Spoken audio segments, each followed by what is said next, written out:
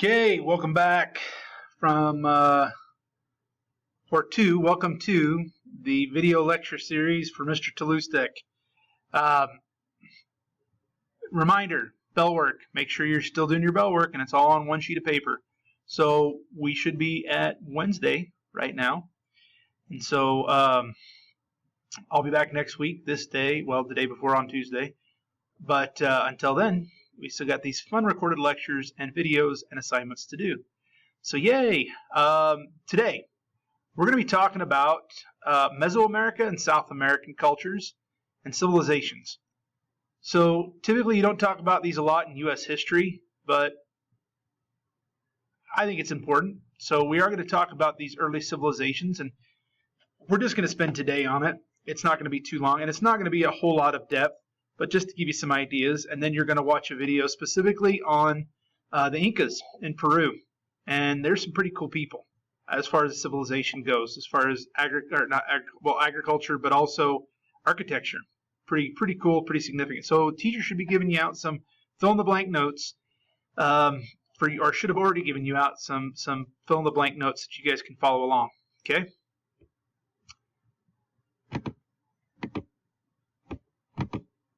Okay. So we're talking about 4 civilizations here in Meso and South America.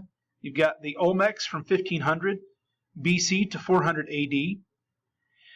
And then the Maya, they're from 300 BC to 1300 AD. And Aztecs 1100 AD to 1500 AD. And then Incas from 1400 AD to 1500 AD. So we have some that are during that transition of BC AD, and then 2 that aren't, that are all in AD.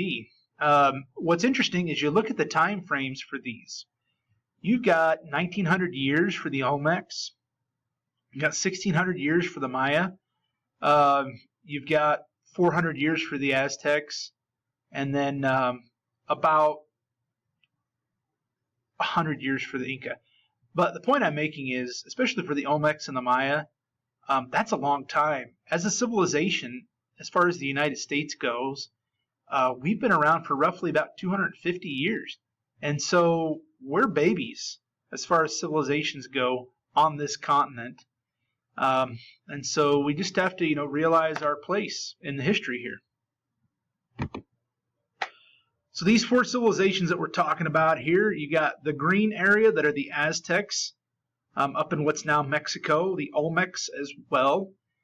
And they're that little pink, tiny little sliver between the dark pink and the neon green of the Aztecs. And then you've got that neon pink where the Maya are. That little peninsula that juts out there in the Gulf of Mexico is the Yucatan Peninsula. And then way down in South America, you've got the Inca along the west coast there. So the oldest ones, the Olmecs. I talked about the Cahokia. Cahokia is the largest settlement in America that we've ever discovered thus far. The Olmecs, however, are the oldest civilization that has ever been discovered. And what I mean by civilization is this is not just a small group of people or a tribe or a clan. This is hundreds of people with an established language, with architecture, with art, with religion. And so that's what we're distinguishing between these cultures and cultures and civilizations. And so the Olmecs were huge. They had all the things that I've described: architecture, religion, art, all that above. So they are considered a civilization in their location. So all other Central American civilizations stemmed from the Olmecs. They were the first. They were stone workers. They had these huge heads. This is a picture here of one of their Olmec heads.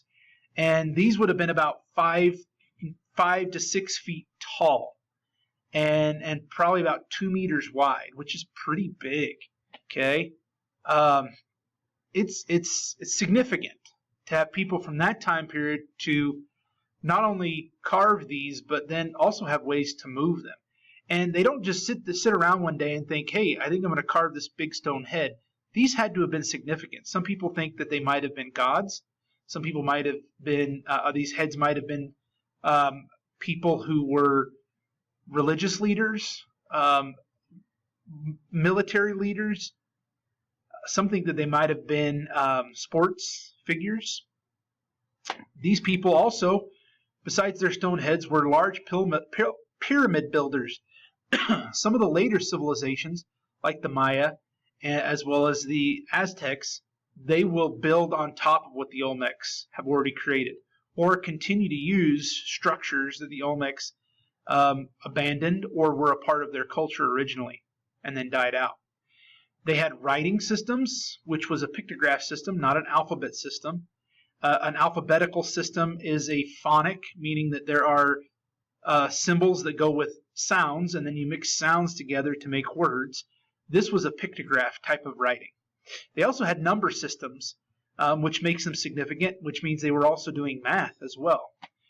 One of the things they used to do is build aqueducts for irrigation, so to move water from a higher elevation to a lower elevation, and they would build basically these human-made rivers on pillars, and they would build them at just the right angle that they would be able to move water gently from one place to another without having being rushing rivers and things like that.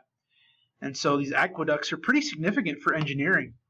Shows that they understood math and they understood some basic physics and things like that in order to create their civilization. So specifically, they would have been located here. And like I said, I pointed at the bigger map. This is little kind of jut out between what will be the Aztecs and the Maya later on. But both Aztecs and Mayas will borrow from the Olmecs. So here are some pictures of some of their examples of stone carving. That's one of the big, huge, massive heads. And then this other one here is an altar that would have been used for religious purposes. So the Maya then, these probably were the most advanced of all pre-Columbus American civilizations as far as North, Central, or South America. The Maya had written language. They had mathematics, like the Olmecs, kind of piggybacking on them. They figured that at the most, there could have been as many as 14 million, which is the second largest of that time period in the world. So we're talking civilizations on par with ancient Egypt, ancient Greece, and things like that. Huge population, okay? The center of their civilization was called Chichen Itza, and it's up on the Yucatan Peninsula. And the Maya in general were up on the Yucatan Peninsula, which I'll show you on the map here. Other places as well, all over. There are tons of ruins, and if you've ever been to Cozumel in Mexico, that island just off the Yucatan Peninsula, there's a lot of Mayan culture there. The Maya existed in different periods of time. Like there was their height, but then they existed as a people on some level clear into the 1920s, well after the United States was created. And Mayan language is still around. There are a lot of people who speak Mayan language. And nobody knows specifically what happened to them that led them to their decline, whether it was disease or starvation or being defeated or civil war, any of that stuff. But they are significant. So here's specifically a map on the Yucatan Peninsula showing you there where the Mayan civilization or the Mayan Empire would have existed. And then their capital, Chichen Itza, is not on here, but it would have been more up on the northern kind of tip of the Yucatan Peninsula. Chichen Itza, this is that city. If you've ever seen, these are been to Chichen Itza, these are two of the major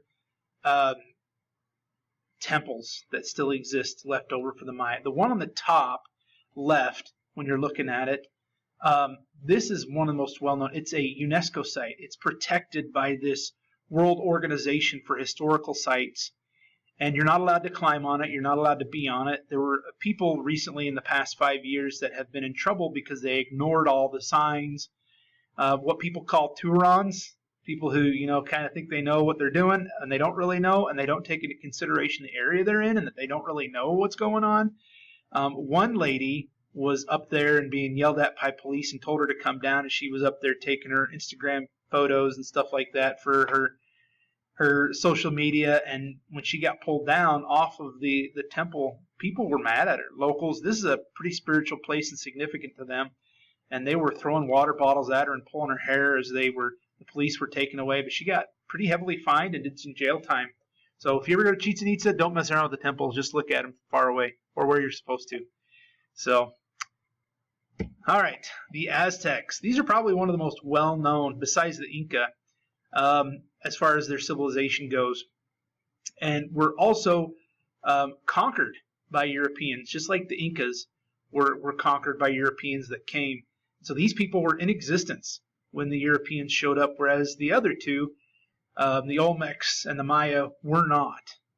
So Aztecs, like the rest of them, had a written language. Also, they were pretty brutal. They ruled by fear. Their empire was held together by fear and brutal force.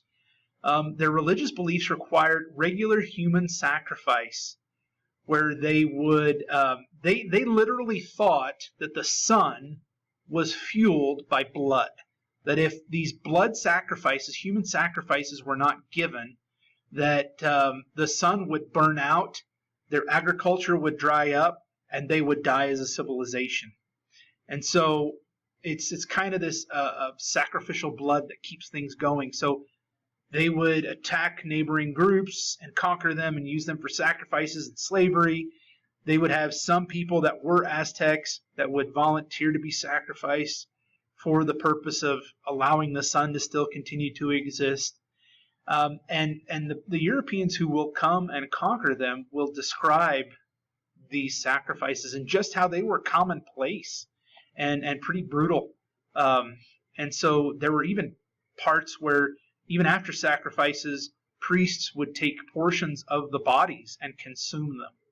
And so there was cannibalism in this as well, as far as their religious belief goes. The center of their civilization was the capital city of Tenochtitlan.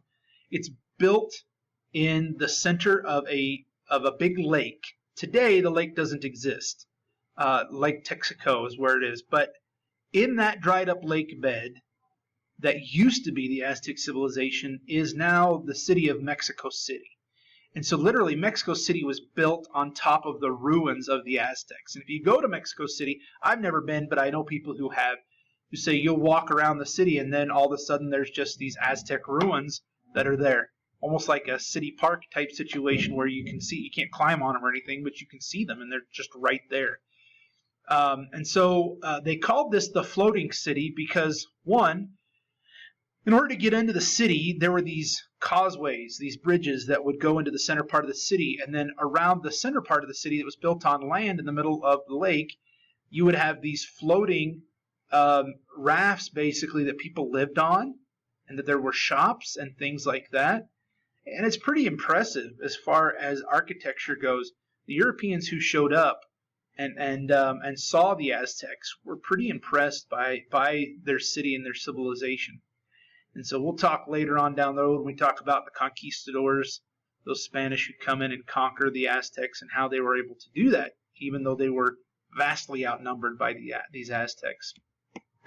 So this is the extent of the Aztec Empire there in Central America, what's now Mexico. Tenochtitlan there, built right on Lake Texaco, in which, like I said, Mexico City is built right on top of that. So. And then these are some pictures. This is kind of the bottom one is an aerial view of what the city of Tenochtitlan would have looked like. And you can see there's the center part there that's in the upper picture that shows you it's built on solid ground with all of these temples and buildings. But then also in the surrounding water, there were these like floating portions where people lived on as well. So, all right, I'm going to go ahead and stop this section of the video. And we'll start with part 2, and I'll wrap things up after I talk about the Incas.